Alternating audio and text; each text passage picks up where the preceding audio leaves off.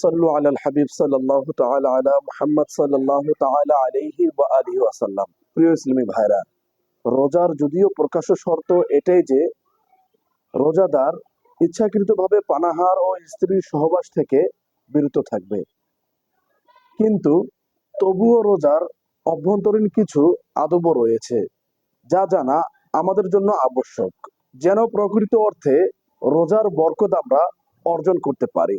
সুতরাং রোজার তিনটি স্তর রয়েছে। ১ নাম্বার সাধারণের রোজা, ২ নাম্বার প্রিয় ব্যক্তির রোজা, ৩ নাম্বার একান্ত প্রিয় ব্যক্তির রোজা। তো প্রিয় ইসলামী ভাইয়েরা, আসুন আমরা এই তিনটি রোজার যে স্তর রয়েছে এর বিস্তারিত শুনে নেই। ১ নাম্বার সাধারণের রোজা।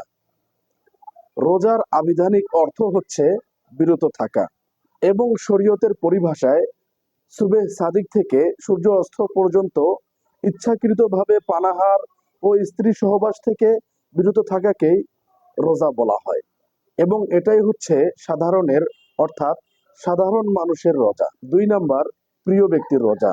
পানাহার ও স্ত্রী সহবাস থেকে বিরত থাকার পাশাপাশি শরীরের সমস্ত অঙ্গ প্রত্যঙ্গকে মন্দ কাজ থেকে বিরত থাকাকে প্রিয় ব্যক্তির রোজা বলা হয়ে থাকে। ৩ নাম্বার একান্ত প্রিয় ব্যক্তির রোজা।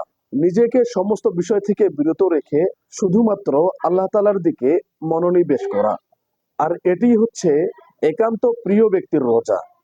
প্রিয় ইসলামী ভাইরা, আল্লাহ তাবারক ওয়া তাআলা আমাদেরকে এই রমজান মাসে সমস্ত গুনাহ থেকে বাঁচার এবং প্রত্যেকটি অঙ্গ প্রত্যঙ্গকে গুনাহ থেকে বিরত রাখার তৌফিক দান করুক। সাল্লু আলাল হাবিব সাল্লাল্লাহু তাআলা আলা মুহাম্মদ সাল্লাল্লাহু তাআলা আলাইহি ওয়া আলিহি ওয়াসাল্লাম।